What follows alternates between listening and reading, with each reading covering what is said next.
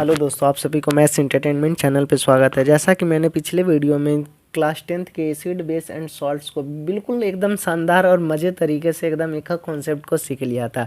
अब हमारी आई इसकी थर्ड चैप्टर धातु एंड अधातु, जिसे कहते हैं मेटल एंड नॉन मेटल।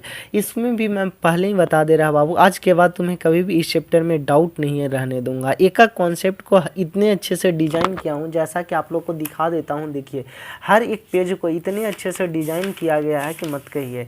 तो आप लोग अगर वीडियो के लास्ट तक बने रहें तो मैं पक्का ये वादा कर रहा है कि मैं ये हर टॉपिक को बिल्कुल अच्छे तरीके से समझाने की कोशिश करूँगा। ठीक है, बिना देर किए हम शुरुआत करते हैं।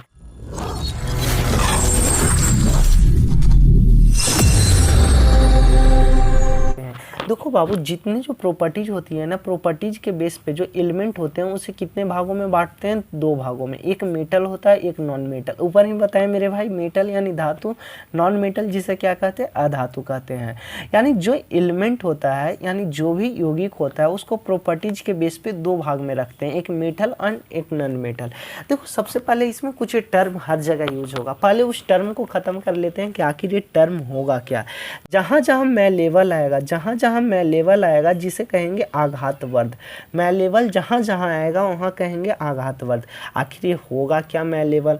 देखो बाबू, इसको मैं लेवल का मतलब होता है कि अगर उसे हम हथौड़ी से मारते हैं, हथौड़ा, अगर उसके ऊपर हैमर यानी हथौड़ा चलाते हैं तो वो एकदम पतले शीट में टूट जाता है। पतले शीट में हो जाता है क्या? बिना टूटे हुए, beaten with a hammer to form thin sheet without breaking।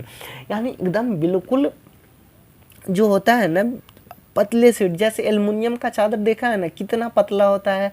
क्या उतना पतला एल्युमिनियम होता होगा? उसे पीट के पतला किया जाता है, तो क्या एल्युमिनियम टूट जाता है? नहीं। तो आघात वर्ध वो होता है जिसे हम पीट कर हथौड़े से, हैमर से यूज करके उसको पतले चादर में परिवर्तित करते हैं, बिना तोड़े यानी बिना टूटे हुए।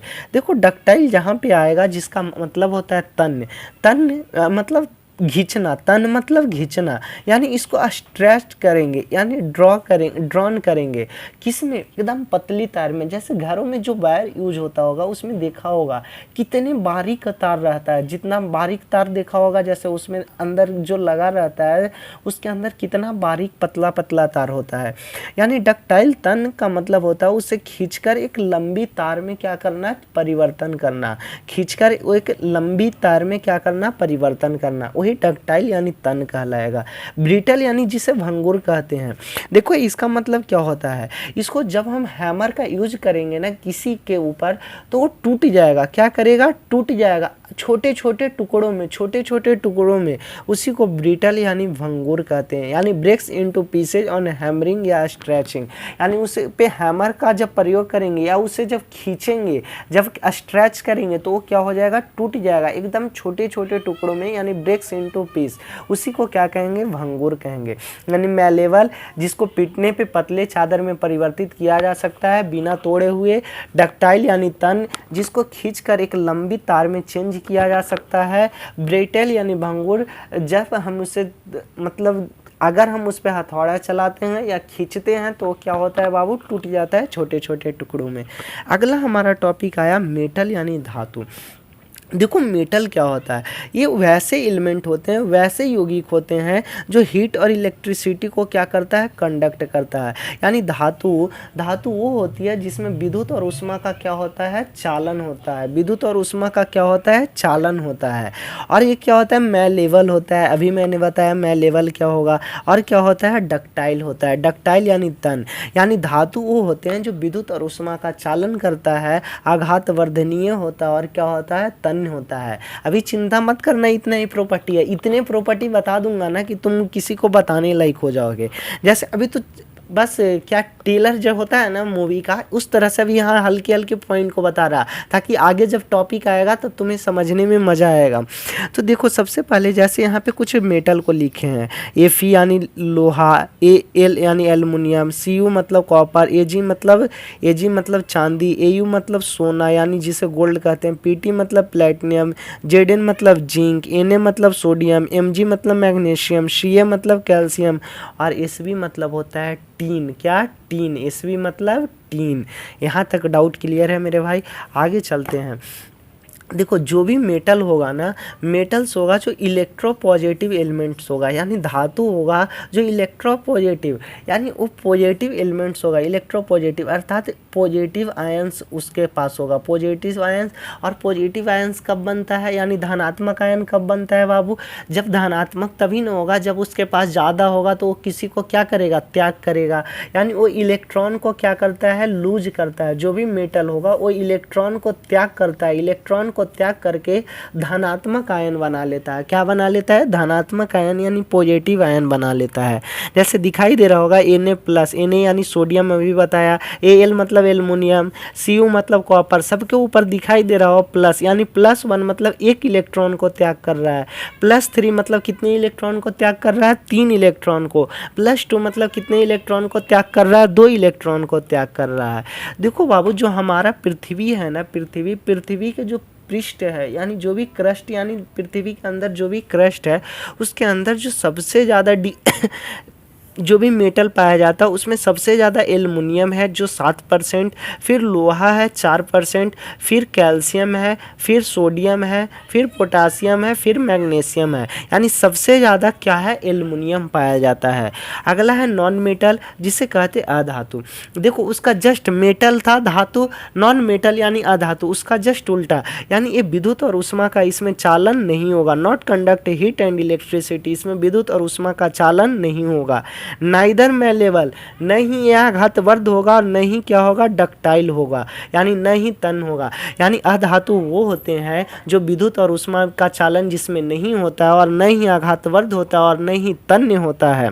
दे आर ब्रिटल, यानी ये भंगुर होता है, जब इसको खींचते हैं या इसमें हथौड़ा का यूज करते हैं तो ये छोटे छोटे टुकड़ों में क्या हो जाता है, टूट जाता है, यानी दे आर ब्रिटल। जैसे कुछ नॉन मेटल का एग्जाम्पल लिखे हैं, कार्बन, सी कार्बन, एस सल्फर, फी फास्फोरस, SI सिलिकॉन, H मतलब हाइड्रोजन, O मतलब ऑक्सीजन, N मतलब नाइट्रोजन, Cl मतलब क्लोरीन, Br मतलब ब्रोमीन, I मतलब आयोडीन, He मतलब हीलियम, Ne मतलब नियॉन, Ar मतलब आर्गन, एक्सेट्रा। यहाँ तक डाउट क्लियर है? देखो जो मेटल था वो पॉजिटिव इलेक्ट्रोपॉजिटिव एलिमेंट्स था, जो धातु था इलेक्ट्रोपॉजिटिव एलिमेंट्स था, तो जो नॉन मेटल होगा वो क्या होगा, इलेक्ट्रोनेगेटिव एलिमेंट्स होगा। क्या होगा, इलेक्ट्रोनेगेटिव एलिमेंट्स होगा। ये इलेक्ट्रोनेगेटिव एलिमेंट्स कैसे बनेगा बाबू, वो जब इलेक्ट्रॉन को क्या करता था, लूज करता था, यानी त्याग करता था। धातु इलेक्ट्रॉन को क्या कर रहा था, लूज कर रहा था, तो ये क्या करेगा, ये इलेक्ट्रॉन को क्या करेगा, गेन करेगा। अर्थात निगेटिव यानी ऋणात्मक आयन तभी बनता है बाबू जब हमारे पास अगर कोई चीज़ ना हो तो हम अगर किसी से लेना चाहें तो ये किसी से इलेक्ट्रॉन को क्या करता है, लेता है। देखो नॉन मेटल है ना जो स्मॉल यानी छोटी मात्रा में पाई जाती है, मतलब बहुत कम इसका नंबर है नॉन मेटल का, लेकिन पता है सबसे ज़्यादा इम्पॉर्टेंट रोल हमारे डेली लाइफ में कौन यूज करेगा, तो नॉन मेटल यानी अधातु यूज करेगा। देखो सबसे ज़्यादा जो हमारे पृथ्वी क्रस्ट पे जो पाया जाता है वो क्या पाया जाता है, ऑक्सीजन। बिना ऑक्सीजन का तो हम लोग जिंदा नहीं रह पाएंगे। सबसे ज़्यादा ऑक्सीजन है जिसकी मात्रा 50% है, और फिर क्या है बाबू, सिलिकॉन जिसका मात्रा 26% है। यानी ज़्यादा वाला को याद कर लेना, शायद कभी पेपर में पूछ दे। आगे चलते हैं। देखो बाबू अगला हमारा टॉपिक आया physical properties of metal. Physical property दिखाई दे रहा होगा तुम सब भाइयों को, फिजिकल प्रॉपर्टीज ऑफ मेटल जिसे कहते हैं धातुओं के भौतिक गुणधर्म। धातुओं के भौतिक, फिजिकल मीन्स होता है भौतिक, प्रॉपर्टीज मीन्स गुणधर्म, मेटल्स मीन्स धातुओं। देखो बाबू सबसे पहले मेटल जो भी होगा वो मैलेबल यानी आघात वर्धनीय होगा। कुछ देर पहले ही बताए थे मैलेबल, जिसे हथौड़े से पीट के पतले चादर में परिवर्तन किया जा सकता है। सबसे ज़्यादा जो मैलेबल होता है वो गोल्ड यानी सोना और सिल्वर यानी चांदी होता है। गोल्ड यानी Au, सिल्वर मतलब Ag। सबसे ज़्यादा आघातवर्धनीय धातु होता है गोल्ड और सिल्वर यानी सोना और चांदी। आगे चलते हैं बाबू। जो मेटल होता है वो डक्टाइल यानी तन्य होता है। क्या होता है, तन्य होता है, यानी तन्य वो होता था जिसे खींचकर पतली तार में क्या कर सकते थे, परिवर्तन कर सकते थे। तो सबसे ज़्यादा होता है डक्टाइल जो मेटल में, वो क्या होता है, गोल्ड होता है यानी सोना होता है। पता है 1 ग्राम सोना को 1 ग्राम सोना से पता है 2 किलोमीटर लंबी तार खींच सकते हैं। 2 किलोमीटर लंबी तार, 1 ग्राम सोना से 2 किलोमीटर लंबी तार खींच सकते हैं। तो सबसे ज़्यादा सोना होता है वो क्या होता है, डक्टाइल होता है। मेटल जो होता है, जो भी मेटल होगा वो गुड कंडक्टर होगा हीट का, यानी उष्मा का क्या होता है, सुचालक होता है। धातु उष्मा का क्या होता है, सुचालक होता है। और सबसे अच्छा सुचालक धातु में कौन होता है, सिल्वर यानी चांदी, जिसे क्या कहते हैं, एजी। सिल्वर यानी चांदी, जिसे क्या कहते हैं, एजी। और सबसे बैड कंडक्टर, मतलब जो सबसे कम धातु में पुअरेस्ट कंडक्टर होगा हीट का, उष्मा का, वो लेड होता है। क्या होता है, लेड। लेड जिसे पीवी कहते हैं। क्या कहते हैं, पीवी कहते हैं। हिंदी नाम भी लेड है। यानी धातु में सबसे पुअरेस्ट कंडक्टर किसका, हीट का, यानी उष्मा का सबसे कम सुचालक कौन होगा, तो कौन होगा बाबू, लेड होगा। मेटल होता है जो गुड कंडक्टर ऑफ इलेक्ट्रिसिटी होता है, यानी विद्युत का क्या होता है, सुचालक होता है। विद्युत का क्या होता है, सुचालक होता है। उष्मा मतलब धातु विद्युत का क्या होता है, सुचालक होता है, यानी बहुत अच्छा चालक होता है। और सबसे अच्छा सुचालक जो मेटल है वो क्या है, सिल्वर है। सबसे अच्छा धातु में जो है वो सिल्वर है, जिसको एजी से शो करते हैं।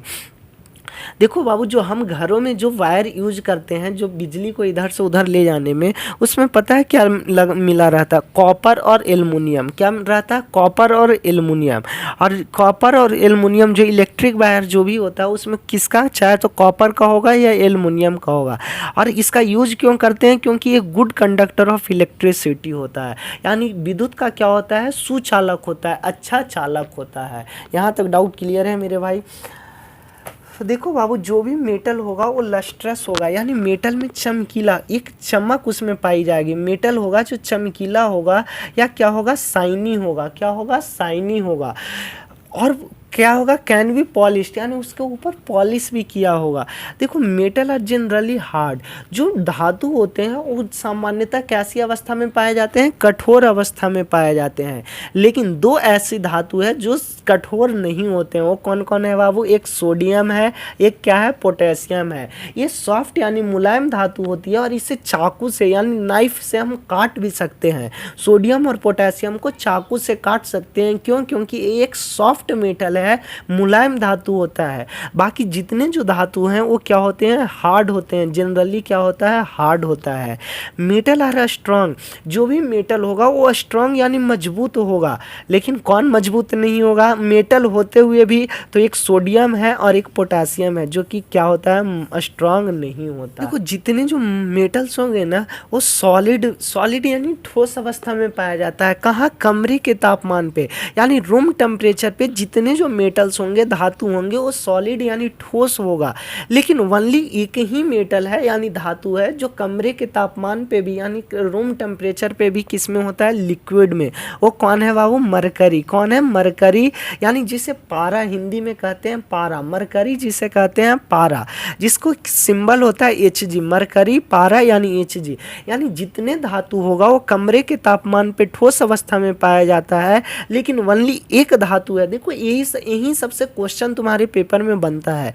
लेकिन ओनली एक धातु है जो कमरे के तापमान पे द्रव अवस्था में पाई जाती है, वो क्या है, मरकरी है।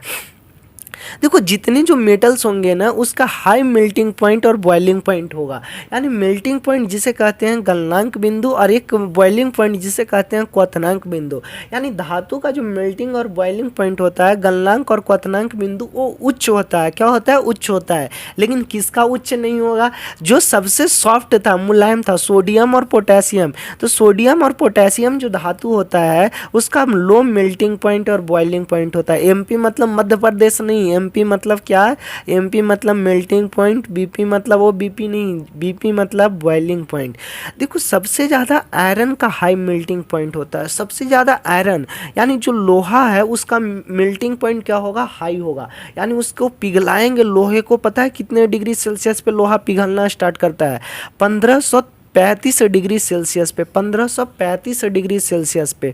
उसके बाद कॉपर का होता है 1083 डिग्री सेल्सियस।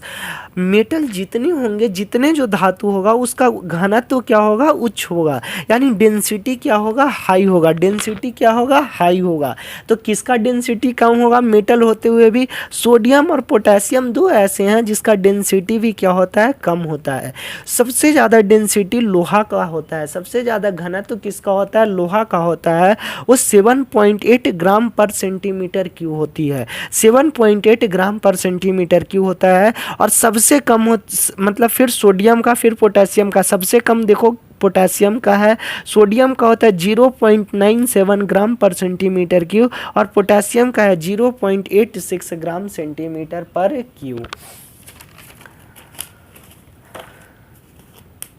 देखो बाबू, जितने जो मेटल होंगे ना उस सोनरस साउंड को प्रोड्यूस करेगा, यानी उससे एक ध्वनि उत्पन्न होगा। जैसे स्कूलों में घंटी देखा होगा ना, बजते टाइम एक घंटी रहता होगा, लेकिन घंटी से जितने बड़े स्कूल होंगे सभी जगह, सब क्लासरूम में आवाज़ जाती होगी। तो एक किसका होता है, एक मेटल का बना होता है घंटी, और उससे पता है एक साउंड निकलती है, जिस साउंड को कहते हैं सोनरस साउंड कहते हैं। कब होता है, जब घंटी को ऊपर हिट करते हैं, यानी उसको जब बजाते हैं। कभी कभी स्कूल में एक की जगह दो भी कोई कोई पीट देता होगा, तो जो सोनरस साउंड उत्पन्न करता है। जितनी जो मेटल यानी धातु होगा वो सिल्वर कलर यानी चांदी के कलर जैसा, या ग्रे कलर यानी भूरे कलर जैसा होगा। ओनली दो को छोड़ के, एक कॉपर और एक गोल्ड। कॉपर और एक गोल्ड यानी सोना। कॉपर को कॉपर ही कहेंगे, गोल्ड को क्या कहेंगे, सोना। कॉपर जो होता है वो रेडिश ब्राउन होता है, यानी हल्का लाल भूरा टाइप में होता है कॉपर, रेडिश ब्राउन। और गोल्ड होता है जो येलो कलर में होता है। कैसा कलर में होता है, येलो कलर में। यानी जितने जो मेटल होंगे वो सिल्वर यानी या ग्रे यानी चांदी या भूरे कलर में होंगे, किसे छोड़ के, कॉपर और गोल्ड को। कॉपर होता है जो रेडिश कलर में होता है, और गोल्ड होता है जो येलो कलर में, रेडिश ब्राउन होता है। अगला है बाबू physical properties of non metal. Physical properties of non metal दिखाई दे रहा होगा। फिजिकल यानी अभी बताए थे, फिजिकल प्रॉपर्टीज यानी भौतिक गुणधर्म किसका, नॉन मेटल यानी अधातु का। देखो उसका जस्ट उल्टा लगभग पॉइंट चलेगा, किसके, मेटल का। यानी धातु के जो भौतिक गुणधर्म देखे थे उसका जस्ट उल्टा चलेगा। तो देखो जो नॉन मेटल है, नाइदर मैलेबल यानी न ही ये घातवर्धनीय होता है, नॉर डक्टाइल और न ही ये क्या होता है, डक्टाइल होता है। यानी अधातु में न ही आघात वर्धनीय होता है और न ही तन्य होता है, अर्थात इसे पीट के पतली चादर में परिवर्तित नहीं किया जा सकता है, और न ही खींच के इसे लंबी तार में परिवर्तन किया जा सकता है। यानी तो क्या होगा, नॉन मेटल है ब्रिटल, यानी ये ब्रेक कर जाएगा इजीली, यानी बहुत इजीली ये ब्रेक कर जाएगा, छोटे छोटे टुकड़ों में क्या हो जाएगा, टूट जाएगा। जब इसके ऊपर हैमर का यूज करेंगे यानी हथौड़ा का, या जब इसे खींचेंगे तो ये क्या कर जाएगा, ब्रेक कर जाएगा, टूट जाएगा। देखो ओनली एक कार्बन ही होता है, एक सॉलिड नॉन मेटल होता है विच इज ब्रिटल। ठीक है, कार्बन जैसे देखो पेंसिल से लिखता होगा, पेंसिल में पता है जो बीच में काले कलर का रहता है ना, वो क्या होता है, कार्बन का कंपाउंड होता है। और वो पता है देखते होगा ना, तोड़ देते होंगे बचपन में जब पढ़ते होंगे, तो एक पेंसिल एक दिन से ज़्यादा नहीं चलता होगा। देखो नॉन मेटल होगा जो do not conduct heat and electricity, यानी ये विद्युत और ऊष्मा का कंडक्ट नहीं करता है। यानी अधातु वो होती हैं जो विद्युत और ऊष्मा का चालन नहीं करता है। विद्युत और ऊष्मा यानी ऊष्मा या विद्युत, कहने का मतलब एक ही है। यानी नॉन मेटल में विद्युत और ऊष्मा का चालन नहीं होता है। देखो लेकिन एक एक्सेप्शन है, कार्बन। कार्बन का भी फॉर्म कौन सा, ग्रेफाइड जो कि क्या होता है बाबू, गुड कंडक्टर होता है इलेक्ट्रिसिटी का। एक कार्बन का जो फॉर्म होता है ग्रेफाइड, वो जो ऊष्मा और विद्युत का क्या करता है, चालन करता है। यानी विद्युत और ऊष्मा का चालन करता है, हीट और इलेक्ट्रिसिटी का इसमें फ्लो होता है। किस में होता है, ग्रेफाइड में, यानी जो कार्बन का अपरूप है यानी फॉर्म है।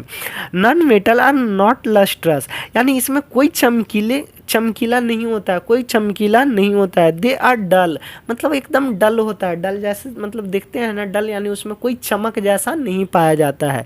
तो नॉन मेटल में सॉरी अधातुओं में चमक नहीं पाई जाती है, अधातुओं में चमक नहीं पाई जाती है, बट धातु में एक विशेष चमक पाई जाती थी।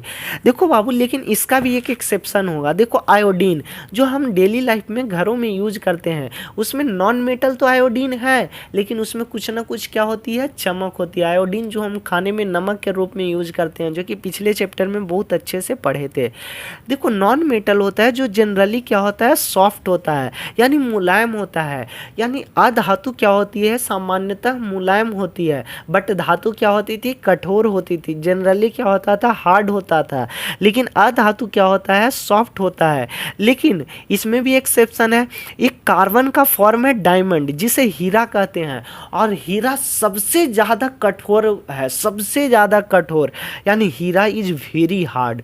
यानी डायमंड जो होता है, डायमंड यानी हीरा, वो नॉन मेटल तो है, किसका मतलब फॉर्म है, कार्बन का, और नॉन मेटल भी है, लेकिन सबसे ज़्यादा हार्ड होता है पूरे, मतलब जो भी कंपाउंड होते हैं, यौगिक होते हैं, उन सब में। नॉन मेटल में भी सॉलिड, ये सॉलिड भी हो सकता है, लिक्विड भी हो सकता है, और गैस भी हो सकता है। किस पे, रूम टेम्परेचर पे। जैसे ऑक्सीजन हम लोग लेते हैं सांस के रूप में, क्या वो गैस रूप में पाया जाता है। आयोडीन जो हम खाते हैं वो किस रूप में पाया जाता है, सॉलिड के रूप में पाया जाता है। ठीक है, इसी तरह से लिक्विड रूप में भी पाया जाएगा। तो देखो बाबू, जो ब्रोमीन ओनली एक, देखो ये तो पूछा जाएगा। देखो जो अधातु होते हुए भी एक ब्रोमीन है जो कमरे के तापमान पे, रूम टेम्परेचर पे किस अवस्था में पाया जाता है, लिक्विड अवस्था में पाया जाता है। किस में पाया जाता है, लिक्विड में पाया जाता है। और धातु यानी मेटल में कौन बताए थे, मरकरी, जिसे कहते थे पारा यानी Hg। और इसमें अधातु में कौन, ब्रोमीन। तो ध्यान से देखना, देखो जो नॉन मेटल होगा उसका बॉइलिंग और melting point, low melting point और बॉइलिंग पॉइंट होता है, किसके कंपैरेटिवली, मेटल का। यानी धातु की अपेक्षा अधातु की गलनांक और क्वथनांक बिंदु क्या होता है, कम होता है। क्या होता है, कम होता है। लेकिन जब हीरा सबसे ज़्यादा मजबूत था, तो हीरा का जो बॉइलिंग और मेल्टिंग पॉइंट होगा वो क्या होगा, ज़्यादा होगा। क्या होगा, ज़्यादा होगा। जो नॉन मेटल होता है उसकी डेंसिटी क्या होती है, डेंसिटी क्या होती है, लो होती है, यानी घनत्व क्या होता है, कम होता है। जो भी धातुएं होती हैं उसकी घनत्व क्या होता है, कम होता है, घनत्व कम होता है, यानी लो डेंसिटी होता है। नॉन मेटल और लाइट, यानी लाइट, यानी जो नॉन मेटल होगा, अधातु होगा, वो हल्की पदार्थ होगा, यानी उसका वेट यानी वजन क्या होगा, हल्का होगा। यानी नॉन मेटल अधातु यानी लाइट सबस्टांस होता है। नॉन मेटल और नॉन सोनरस, देखो मेटल में मैंने बताया था स्कूल वाले घंटी का, तो बट जो नॉन मेटल होती है उससे कोई एक अलग विशेष प्रकार की ध्वनि उत्पन्न नहीं होती है, यानी नॉन सोनरस होता है। कब, जब इस पे जब हिट करते हैं तो कोई, यानी जब इसे हम पीटते हैं या मारते हैं तो इससे कोई भी साउंड उत्पन्न नहीं होता है। Non metals are many different colour, देखो मेटल में कलर बताए थे, चाहे तो सिल्वर होगा या किसका, ग्रे कलर का होगा, दो को छोड़ के, एक कॉपर और एक गोल्ड यानी सोना को छोड़ के। लेकिन जो नॉन मेटल होता है वो मेनी डिफरेंट कलर, अलग अलग कलर में, सबकी कलर क्या होगी, अलग अलग, बहुत सारी कलर पाई जाती है। देखो जो टोटल नॉन मेटल होते हैं, अधातु होते हैं, और टोटल कितने होते हैं, 22 होते हैं। ध्यान से याद करना मेरे भाई, टोटल कितने होते हैं, 22 होते हैं। उसमें से 10 सॉलिड यानी ठोस होता है, 22 में से 10 ठोस होगा, एक लिक्विड यानी द्रव होगा, और लिक्विड एक है जो कौन होता है बाबू, ब्रोमीन होता है। क्या होता है, ब्रोमीन होता है। और 11 किस रूप में पाया जाएगा, गैस के रूप में पाया जाएगा। किस रूप में, गैस। तो देखो 10 1 11 11 22, यानी टोटल नॉन मेटल कुल अधातु 22 है, उसमें से 10 सॉलिड है, एक लिक्विड है, और 11 क्या है, गैस है। देखो बाबू अगला है, एकदम बिल्कुल एक कॉन्सेप्ट क्लियर करते चलेंगे।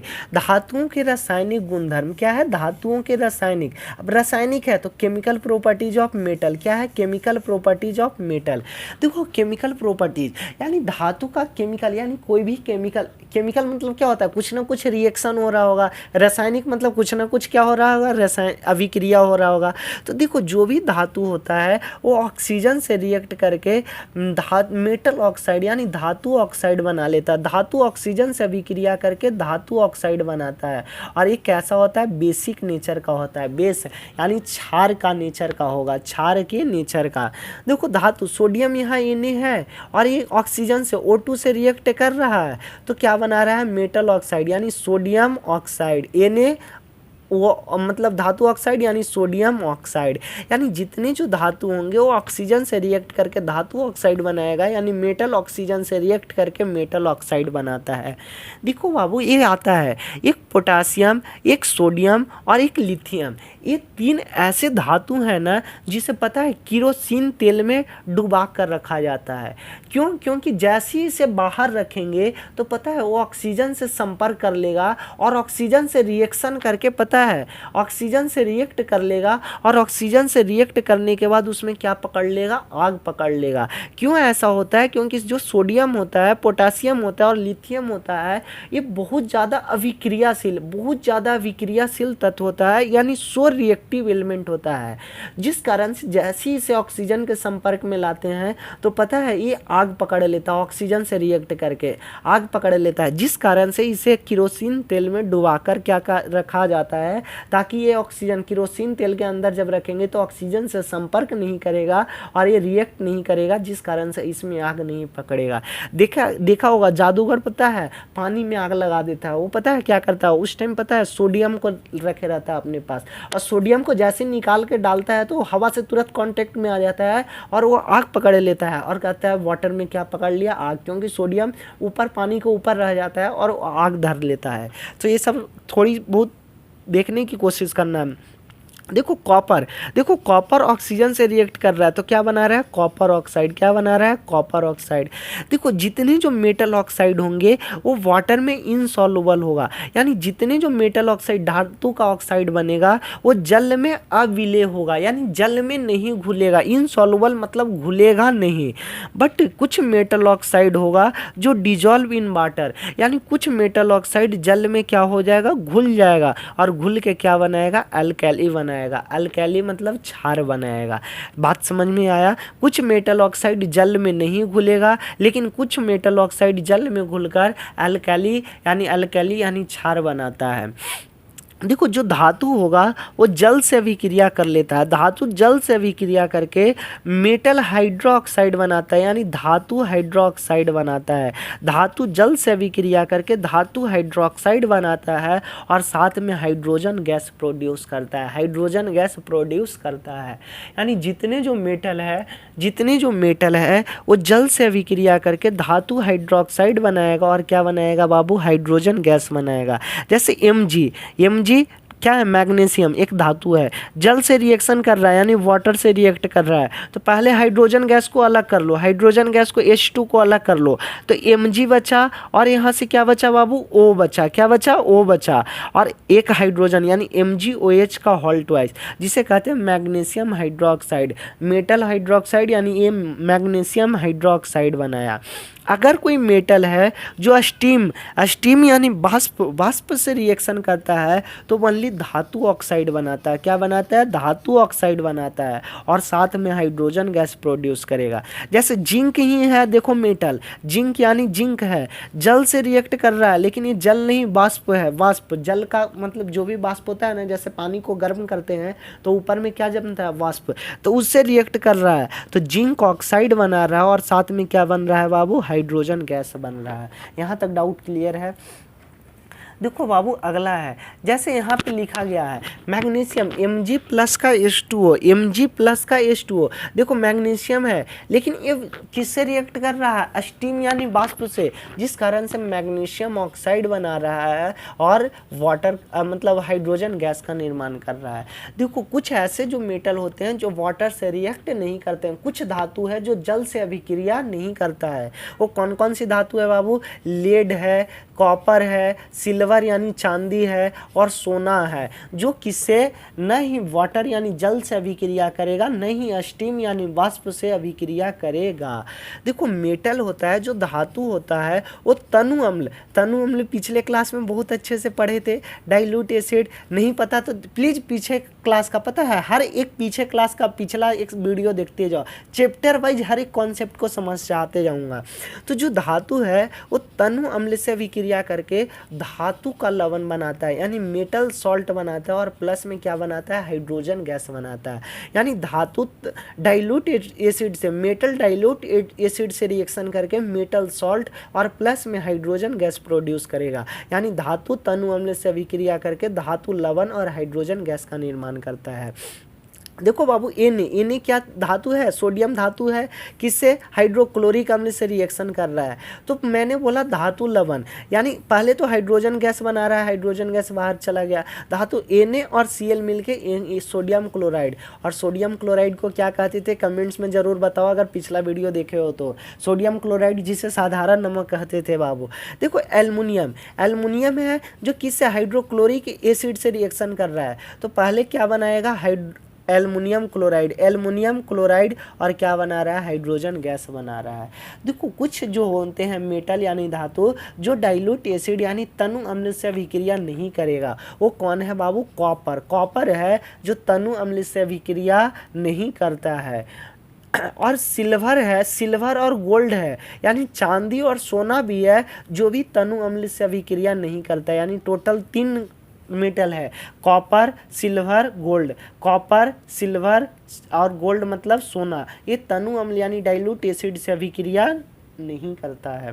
देखो जितने जो मेटल है वो डाइल्यूट सल्फ्यूरिक एसिड से रिएक्शन करके मेटल सल्फेट बनाएगा और प्लस में हाइड्रोजन गैस बनाएगा।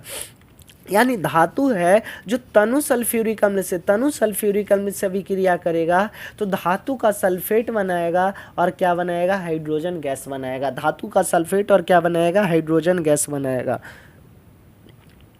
जैसे Na यहाँ क्या है बाबू, मेटल है, किससे रिएक्शन कर रहा है, हाइड्रोक्लोरिक एसिड से। तो पहले हाइड्रोजन गैस को क्या कर लिए बाहर, H2 को क्या कर लिए बाहर, तो Na और SO4 यानी Na2SO4 बनाता है, जिसे कहते हैं सोडियम सल्फेट। धातु का सल्फेट यानी सोडियम सल्फेट, सोडियम धातु था, सल्फेट तो सल्फेट, यानी मेटल है जो डाइल्यूट सल्फ्यूरिक एसिड से रिएक्शन करके मेटल सल्फेट बनाता है और हाइड्रोजन गैस का निर्माण करता है।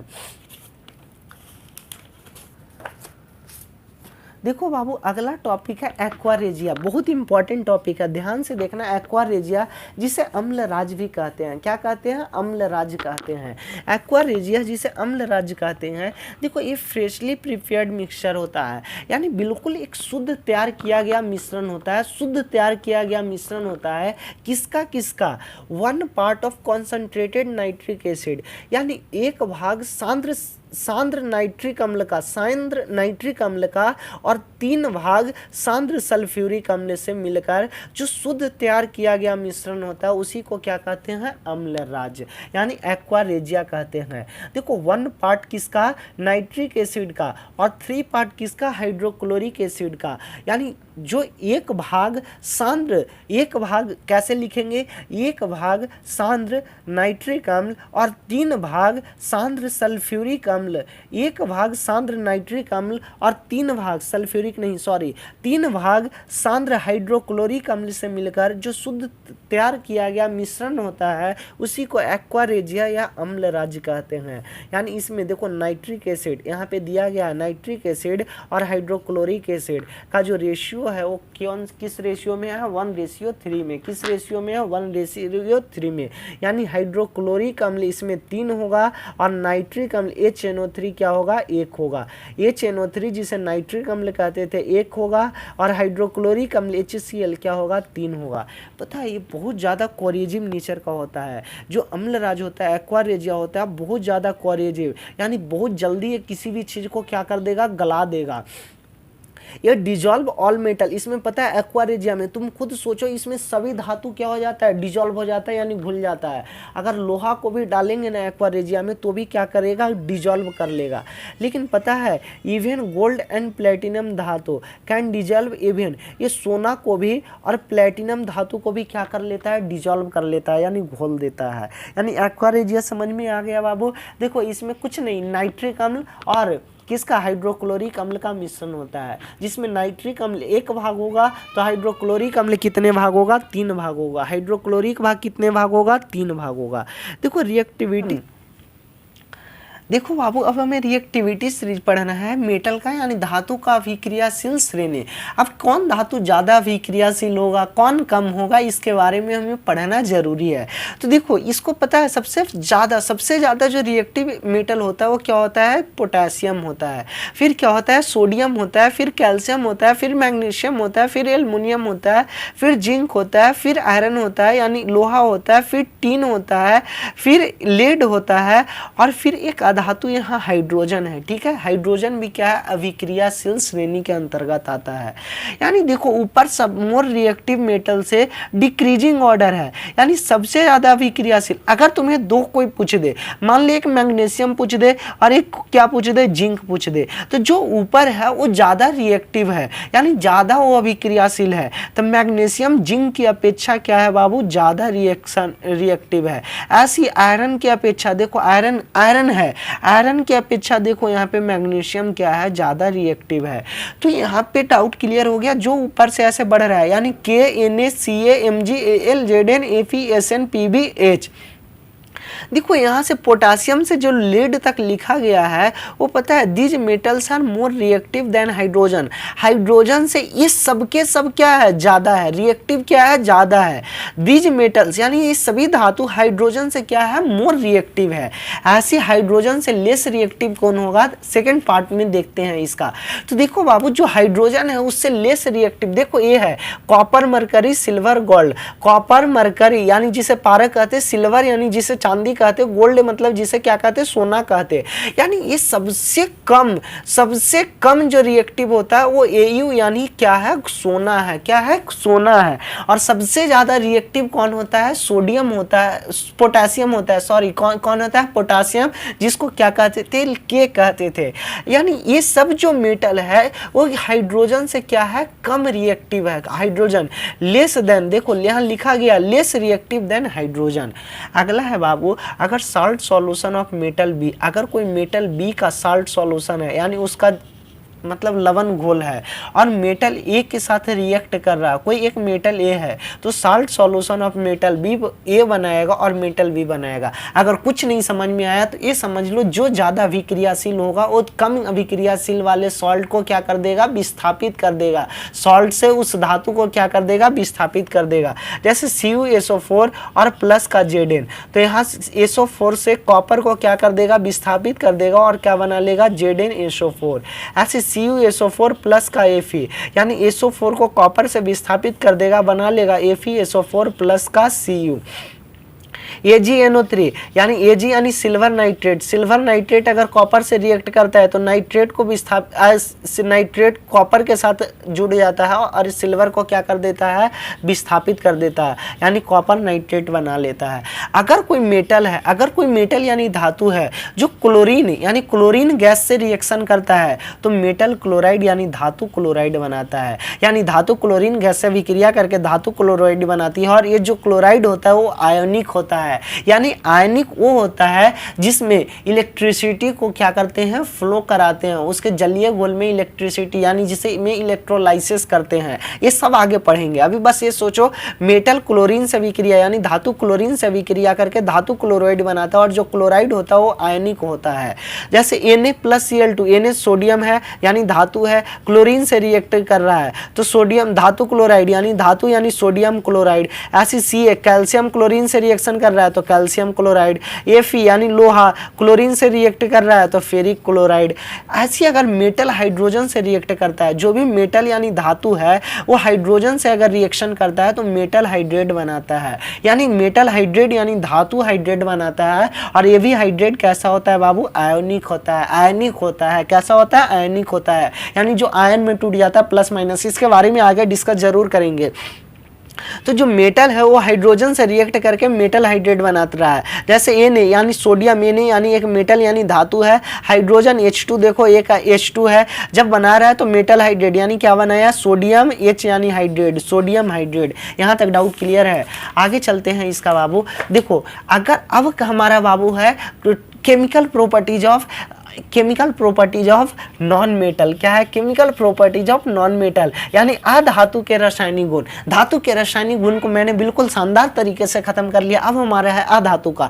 देखो अधातु है जो ऑक्सीजन से रिएक्ट करता है, तो ऑक्सीजन से जब रिएक्ट करता है तो पता है चाहे तो एसिडिक ऑक्साइड बनाएगा या न्यूट्रल ऑक्साइड बनाएगा। एसिडिक ऑक्साइड मतलब अम्लीय ऑक्साइड बनाएगा, या न्यूट्रल ऑक्साइड यानी उदासीन ऑक्साइड बनाएगा। कौन? जब अधातु ऑक्सीजन से अभिक्रिया करती है तो अम्लीय ऑक्साइड या उदासीन ऑक्साइड बनाती है। और जो अम्लीय ऑक्साइड होगा, जो एसिडिक ऑक्साइड होगा, वो डिजॉल्व यानी वाटर में घुल के क्या बना लेता है? एसिड बना लेता है। जो भी अम्लीय ऑक्साइड होगा, एसिडिक ऑक्साइड, जो वाटर में डिजॉल्व होकर नॉन मेटल का जो भी अम्लीय ऑक्साइड होगा अधातु का, वो वाटर में डिजॉल्व होकर जल में घुलकर क्या बना लेता है? एसिड यानी अम्ल बना लेता है। जैसे सीग अधातु यानी नॉन मेटल है, ऑक्सीजन से रिएक्ट कर रहा है तो कार्बन डाइऑक्साइड बना रहा है। और कार्बन डाइऑक्साइड कैसा है बाबू? एसिडिक ऑक्साइड है। कैसा? एसिडिक ऑक्साइड है। और कार्बन डाइऑक्साइड देखो जल से रिएक्ट कर रहा है तो कौन सी एसिड बना रहा है? कार्बोनिक एसिड, यानी कार्बनिक अम्ल। यानी कार्बनिक अम्ल कैसे बनाते हैं? जब कार्बन डाइऑक्साइड जल से रिएक्शन करता है, अभिक्रिया करता है तो कार्बनिक अम्ल बनाता है।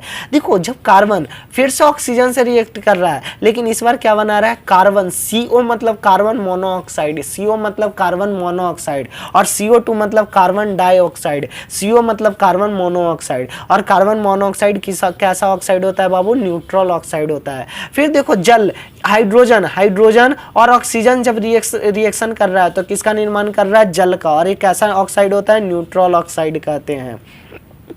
यहाँ तक डाउट क्लियर है? जो नॉन मेटल होता है वो किससे रिएक्शन नहीं करता है? वाटर से। यानी जो अधातु है वो जल या वाष्प से अभिक्रिया नहीं करता है। अधातु जल या वाष्प से अभिक्रिया नहीं करता है, जबकि धातु क्या करता था? ठीक है। नॉन मेटल यानी जो अधातु होते हैं वो डाइल्यूट एसिड से भी अभिक्रिया नहीं करता है। डाइल्यूट एसिड यानी तनु अम्ल से भी अधातु अभिक्रिया नहीं करता है। तनु अम्ल से भी अधातु अभिक्रिया नहीं करता है। यहाँ तक डाउट क्लियर है? देखो बाबू, जो मोर रिएक्टिव नॉन मेटल होगा, यानी जो अधातु ज्यादा रिएक्टिव होगा, वो पता है लेस रिएक्टिव नॉन मेटल को क्या कर देगा? सॉल्ट से डिस्प्लेस कर देगा। क्या कर देगा? सॉल्ट से डिस्प्लेस कर देगा। कुछ नहीं समझ में आएगा। देखो NaBr, सोडियम ब्रोमाइड, Cl यानी क्लोराइड। अब देखो जो मोर यानी क्लोरीन ब्रोमीन से ज्यादा क्या होता है? रिएक्टिव होता है। तो ब्रोमीन को डिस्प्लेस करके क्लोरीन अपनी जगह ले लिया, यानी सोडियम क्लोराइड क्या कर लिया? ब्रोमीन। यानी जिसका ताकत ज्यादा वो रह गया और कमजोर को क्या कर दिया? बाहर निकाल दिया। देखो बाबू जो अधातु है वो पता है क्लोरीन से रिएक्शन करता है और क्लोराइड भी बनाता है, लेकिन कैसा? कोवैलेंट। यानी अधातु क्लोरीन से अभिक्रिया करके अधातु क्लोराइड बनाता है, लेकिन वो कैसा बनाता है बाबू? कोवैलेंट यानी सहसंयोजन। बल्कि धातु में बनाता था, क्लोराइड बनाता था, लेकिन कैसा बनाता था? आयनिक बनाता था। और जो भी कोवैलेंट क्लोराइड बनाता है वो पता है वो इलेक्ट्रिसिटी को कंडक्ट नहीं करता, यानी उसमें इलेक्ट्रिसिटी का फ्लो नहीं होता, विद्युत का चालन उसमें नहीं होता। कोवैलेंट जो भी बनाएगा उसमें विद्युत का चालन नहीं होगा, ओनली आयनिक में विद्युत का चालन होता है। जैसे H2 प्लस का Cl2 क्या बना रहा है? HCl। क्या बना रहा है? HCl। यानी H2 प्लस Cl2 यानी हाइड्रोजन क्लोरीन से अभिक्रिया कर रहा है तो क्या बना रहा है बाबू? हाइड्रोक्लोरिक अम्ल।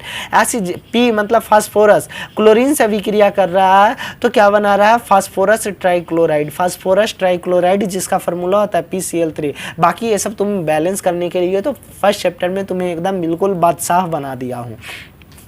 देखो जो नॉन मेटल है, जो भी अधातु है, वो हाइड्रोजन से तो रिएक्शन करता है और हाइड्रोजन से रिएक्शन करके नॉन मेटल हाइड्राइड भी बनाता है, लेकिन कैसा हाइड्राइड बनाएगा? कोवैलेंट यानी सहसंयोजन बनाता है। यानी अधातु हाइड्रोजन से अभिक्रिया करके अधातु हाइड्राइड बनाती है, लेकिन वो कैसा हाइड्राइड रहती है? सहसंयोजन। लेकिन धातु हाइड्रोजन से अभिक्रिया करके धातु हाइड्राइड बनाता था, लेकिन वो कैसा था? होता था आयनिक होता था। बस यही डिफरेंस थोड़ा सा है। देखो H2 यानी मतलब हाइड्रोजन है, हाइड्रोजन से रिएक्ट कौन कर रहा है? नॉन मेटल यानी सल्फर कर रहा है, तो H2S बना रहा है, जिसे कहते हैं हाइड्रोजन सल्फाइड। H2S यानी हाइड्रोजन सल्फाइड। और एक कैसा है बाबू? कोवैलेंट है। कोवैलेंट यानी सहसंयोजन वो होते हैं जिसमें इलेक्ट्रिसिटी का फ्लो नहीं होता है। आगे चलते हैं मेरे भाई। अब देखो इसका यूज पढ़ना होगा। आखिर धातु अधातु तो इतने अच्छे से पढ़ लिए, अब इसका यूज कहाँ पढ़ करते हैं? अगर जब तक यूज नहीं है तो हम पढ़ क्यों रहे हैं, बिना यूज का क्यों पढ़ रहे हैं? तो यूज है मेरे भाई, हर जगह यूज है। देखो मैंने सबसे पहले कहा था जो घरों में बिजली का तार जो भी यूज करते हैं उसमें क्या यूज होता है? कॉपर और एल्युमिनियम। कॉपर और एल्युमिनियम वो क्या करता है? करंट को एक जगह से दूसरे जगह ले जाने में क्या करता है? Carry electric current. इसका क्यों यूज करते हैं? जो कॉपर और एल्युमिनियम होता है ना, वो पता है उसका electrical very low electrical resistance, यानी जो उसका प्रतिरोध होता है वो क्या होता है? बहुत कम होता है। प्रतिरोध क्या होता है? जो विद्युत के प्रवाह में क्या करता है? रुकावट डालता है। जो भी प्रतिरोध होता है वो रुकावट करता है। तो इसका जो लो इलेक्ट्रिकल रेजिस्टेंस यानी बहुत कम, इसका मतलब प्रतिरोध क्या होता है? बहुत कम होता है। और गुड कंडक्टर ऑफ इलेक्ट्रिसिटी, और विद्युत और ऊष्मा का क्या होता है बाबू? एक बहुत अच्छा चालक होता है, जिस कारण से कॉपर और एल्युमिनियम को घरों में बिजली के वायर में यूज करते हैं। अगला है बाबू देखो Fe यानी लोहा, Cu मतलब कॉपर और एल मतलब एल्युमिनियम। इसका यूज पता है? हाउस होल्ड यूटेंसिल्स में, फैक्ट्री इक्विपमेंट में करते हैं। जैसे घरों में जो गेट ये सब लगा होगा, जैसे लोहा का गेट कहते हैं, यानी वो इसमें क्या रहता है? लोहा ये सब लगा रहता है। एल्युमिनियम का गेट लगा होगा, और फैक्ट्री ये सब में भी इसका क्या करते हैं? यूज करते हैं। जो Fe होता है, जो लोहा होता है, वो कैटलिस्ट के रूप में यूज होता है, उत्प्रेरक के रूप में यूज होता है। किसमें? अमोनिया गैस को बनाने में। अमोनिया गैस को किस विधि द्वारा बनाते हैं? हैवर प्रोसेस द्वारा। यानी अमोनिया गैस के निर्माण में लोहा का जरूरत होता है उत्प्रेरक के रूप में, और अमोनिया गैस को किस प्रोसेस द्वारा बनाते हैं? हैवर प्रोसेस द्वारा बनाते हैं। जिंक जिसे जेडेन कहते हैं, ये पता है गैल्वेनाइजिंग आयरन होता है। गैल्वेनाइजिंग आयरन होता है मतलब जो क्या करता है? रस्टिंग ऑफ आयरन को क्या करता है? प्रोटेक्ट करता है। जो भी हमें लोहे में जंग लगता है उसमें पता है गैल्वेनाइज्ड करते हैं, हम उस पर एक पतली परत चढ़ाते हैं, उसमें पता है जिंक मिला रहता है। जैसे क्रोमियम और निकेल है, क्रोमियम और निकेल मेटल्स है, पता है इसको स्टेनलेस स्टील बनाने में यूज किया जाता है। निकेल और क्रोमियम को स्टेनलेस स्टील, जो घरों में स्टील ये सब यूज करते हैं उसमें क्रोमियम और निकेल धातु का कुछ मिला होता है। और किसमें? इलेक्ट्रोप्लेटिंग में यूज करते हैं। इलेक्ट्रोप्लेटिंग के बारे में इसी चैप्टर में इसके लास्ट में पढ़ेंगे। देखो जो एल्युमिनियम फॉयल है, जैसे दवा ये सब जो भी लेता होगा, दवा ये सब उसको ऊपर से जो गोली वाला दवा होगा उसको ऊपर क्या रहता है? पैकिंग रहता है। और वो पैकिंग पता है किससे रहता है? एल्युमिनियम फॉयल से, यानी एल्युमिनियम का पतली चादर द्वारा पैकिंग होता है। या जो मेडिसिन वही है, सिगरेट जो भी होता है, सिगरेट जो पीते हैं, ठीक है, उसमें एल्युमिनियम फॉयल से होता है। फूड मटेरियल जैसे हम एल्युमिनियम का जो रोटी रखने वाला जो लंच ले जाता है, उस एल्युमिनियम वाला जो पतला जो होता है उसमें जब रखते हैं तो रोटी जस का तस क्या रहता है? गर्म रहता है। देखो बाबू सिल्वर और गोल्ड मेटल यानी चांदी और सोना, पता ही है महिलाएं कितना पहनती है, तो इसे ज्वेलरी के रूप में यूज करते हैं। किसके रूप में? ज्वेलरी के रूप में यूज करते हैं। कभी कभी मिठाई दुकान पे गया होगा तो जो मिठाई ये सब देखता होगा उसके ऊपर चमकदार बिछा रहता है, वो पता है किसका रहता है? सिल्वर यानी चांदी का पतला परत रहता है, बिल्कुल चांदी का पतला परत, यानी thin foils made of silver या गोल्ड रहता है। यूज टू डेकोरेट स्वीट्स यानी मिठाइयों को सजाने में यूज करते हैं। कितना मज़ा आता है पढ़ने में। देखो बाबू और क्या क्या है, देखो अब तो बहुत कम, जैसे बुखार नापने वाला पहले एक थर्मामीटर आता था जिसे झाड़ के ऐसे ऐसे झाड़ते थे, ऐसे ऐसे झाड़ते थे, उसमें पता है एक लिक्विड जैसा पारा रहता, जब फूट जाता था तो पता है हम लोग उसे पकड़ने का काम करते थे, तो पारा लिक्विड रूप में पाया जाता था। तो मरकरी जो है वो क्या है? मेटल यानी धातु है। किसमें? थर्मामीटर। अब तो डिजिटल सब आ गया, थर्मोमीटर बनाने में यूज करते हैं हम सब, डिजिटल थर्मोमीटर आ गया, अब बहुत कम मिलने को दिखाई देता है। लेकिन जो पहले वाले जो भी थर्मोमीटर होता था ऐसे ऐसे जो झाड़ के उसका पारा पहले कम करते थे, जो बुखार उसका टेम्परेचर तापमान होता था फिर लगाते थे, और अगर कभी बाई चांस छूट जाता था तो उसका पारा निकल जाता था तो उसे पकड़ने की कोशिश करते थे, वो पकड़ाता नहीं था, फूट जाता था। देखो सोडियम और टाइटेनियम, सोडियम टाइटेनियम और जिरकोनियम, ये सब जो मेटल है उसे पता है एटॉमिक एनर्जी या न्यूक्लियर एनर्जी में या स्पेस साइंस प्रोजेक्ट में, जो भी स्पेस साइंस प्रोजेक्ट है उसमें यूज करते हैं। देखो जो जिरकोनियम मेटल है ना, पता है बुलेट प्रूफ जो भी एलॉय होता है मिश्र धातु उसमें जिरकोनियम को यूज करते हैं। जो लेड मेटल होता है, लेड मेटल वो कार की बैटरी बनाने में यूज किया जाता है, कार की बैटरी बनाने में यूज किया जाता है। अब यूज तुम्हें सारा यूज में बता दिया, तुम कोई भी यूज लिख देना और इससे बाहर कहीं नहीं आएगा। अब यूज ऑफ नॉन मेटल यानी अधातु के उपयोग पढ़ना है। देखो सबसे पहले इसके बारे में मैं पिछले चैप्टर में भी पढ़ा था, तभी मैं बार बार कहता हूँ पिछला चैप्टर देखना बहुत ज़रूरी है, तभी आगे का समझ में आएगा। देखो हाइड्रोजन जो होता है, हाइड्रोजन का यूज करते हैं, जैसे घी ये सब जो भी हम लोग खाते हैं, क्या इतना सारा घी का प्रोडक्ट हो पाता होगा? इतना गाय या भैंस से निकलता है? नहीं, ये सब पता है एक कृत्रिम विधि द्वारा तैयार किया जाता है, कृत्रिम विधि द्वारा, जिसे हाइड्रोजनेशन ऑफ वेजिटेबल्स ऑयल कहते हैं। जो भी वनस्पति तेल होता है उसके द्वारा तैयार किया जाता है टू मेक वेजिटेबल घी और वनस्पति घी, उसमें हाइड्रोजन का यूज करते हैं। हाइड्रोजन का यूज और कहाँ करते हैं? अमोनिया बनाने में करते हैं। कहाँ करते हैं? अमोनिया बनाने में। जो लिक्विड हाइड्रोजन होता है इसका भी यूज पढ़े थे पहले। जो लिक्विड हाइड्रोजन होगा वो पता है रॉकेट फ्यूल, जो भी रॉकेट होता है उसके ईंधन के रूप में लिक्विड हाइड्रोजन, यानी हाइड्रोजन का जो लिक्विड हाइड्रोजन होगा उसका रॉकेट फ्यूल के रूप में काम करेंगे। जो कार्बन होता है in the form of graphite, graphite के फॉर्म में पता है इलेक्ट्रोड्स के रूप में काम करता है। किस में? इलेक्ट्रोलाइटिक सेल या ड्राई सेल के रूप में काम करता है। जो भी इलेक्ट्रोलाइटिक सेल यानी विद्युत अपघटनी जो सेल होगा, यानी जो भी सेल होगा, या ड्राई सेल जो शुष्क सेल होगा, उसमें ग्रेफाइड के रूप में कार्बन काम करता है। क्या करता है? काम करता है। इलेक्ट्रोड के रूप में ग्रेफाइड काम करता है, और ग्रेफाइड किसका अपरूप है? कार्बन का। नाइट्रोजन है जो पता है manufacture of ammonia, nitric acid और फर्टिलाइजर्स। अमोनिया बनाने में नाइट्रोजन का यूज करते हैं, नाइट्रिक एसिड बनाने में, नाइट्रिक अम्ल बनाने में यूज करते हैं, और फर्टिलाइजर्स यानी उर्वरक बनाने में यूज करते हैं। आगे चलते हैं मेरे भाई, अब बहुत कम। देखो अगला टॉपिक है हमारा, मतलब इसी में due to the inertness of nitrogen. ये पता है देखो नाइट्रोजन ये प्रिजर्व फूड मटेरियल, जैसे उस पिछले चैप्टर में भी बताए थे, चिप्स की थैली में किस गैस को भरते हैं? नाइट्रोजन गैस को भरते हैं। क्यों? क्योंकि वो पता है टेस्ट को खराब होने से क्या करता है? रोकता है। तो नाइट्रोजन गैस को फूड मटेरियल के रूप में यूज करते हैं। नाइट्रोजन का और कहाँ यूज करते हैं? TNT बनाने में, जिसे कहते हैं ट्राई नाइट्रोटोलिन, इसके बारे में भी पढ़े थे।